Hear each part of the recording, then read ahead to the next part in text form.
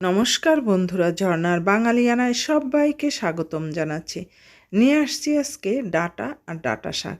আমরা এই বর্ষার দিনে বাজারে কিন্তু ডাঁটা শাক ওঠে আর ডাঁটাও ওঠে। এই ডাঁটার সাথে যে শাকগুলো ওঠে তা কখনো ফেলে দিতে নেই। এই শাকগুলো কিন্তু অনায়াসে ভেজে খাওয়া যায়। আর কিভাবে এই শাকগুলো নিতে হয় সেগুলো আমি দেখাচ্ছি।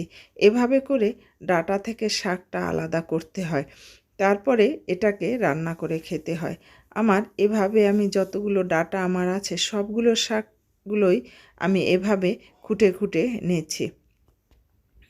আমার কাছে দূরে যে যেখানে বসে আমার বন্ধুরা আমার এই রেসিপিটা দেখছেন সবাইকে বলবো, যদি ভালো লাগে লাইক, শেয়ার, সাবস্ক্রাইব করতে ভুলবেন না। আমি কড়াই বসিয়ে তার মধ্যে তেল দিয়ে দিলাম। এবার দুটো শুকনা মরিচ ভেজে তুলে রাখবো। আর এই তেলের মধ্যে আমি দিয়ে দেব একটু মিষ্টি কুমড়া, কাঁকড়া আর পেঁয়াজ। তবে এখানে আমি কাঁকড়া ব্যবহার করেছি, আপনারা চিংড়ি মাছ ব্যবহার করবেন। চিংড়ি মাছ দিয়ে এভাবে সব একত্র করে ভেজে নেবেন, তাহলে এই শাকটার স্বাদ দুর্দান্ত হবে। আলাদা আলাদা করে ভাজার কোনো প্রয়োজন নেই। দিয়ে দিলাম লবণ।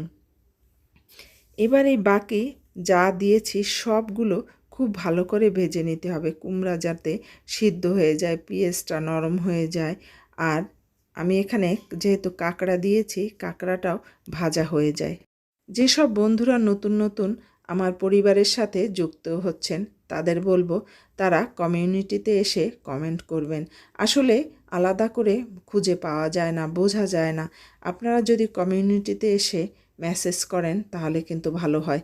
আমার এই ভাজাটা কিন্তু প্রায় হয়ে গেছে। আমি শাকগুলো কিন্তু ভালো করে ধুয়ে পরিষ্কার করে কেটে নিয়েছি।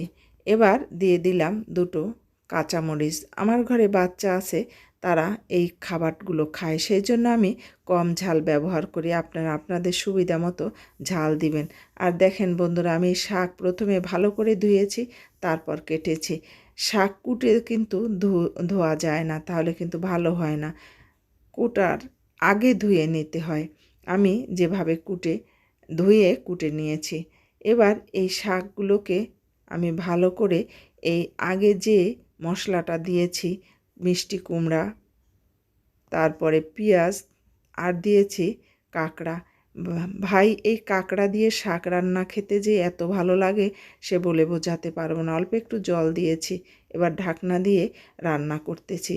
আস্তে আস্তে করে শাকটা রান্না করতে হয়। এই শাক জোরে রান্না করলে পুড়ে যাবে, সেই জন্য যদি ভালো খেতে চান, স্বাদ খেতে চান, তাহলে একটু ধৈর্য ধরে রান্না করতে হবে, যাতে এটা খুব ভালোভাবে রান্নাও হয় আর কোনোভাবে পোড়া না লেগে যায়। বন্ধুদের আবার বলবো, যারা দেখছেন ভুল করে যেন চলে যাবেন না, একটা লাইক দিয়ে চলে যাবেন। আপনার এই লাইক আমাকে অনেক সাহস যোগায় নতুন নতুন রেসিপি তৈরি করতে।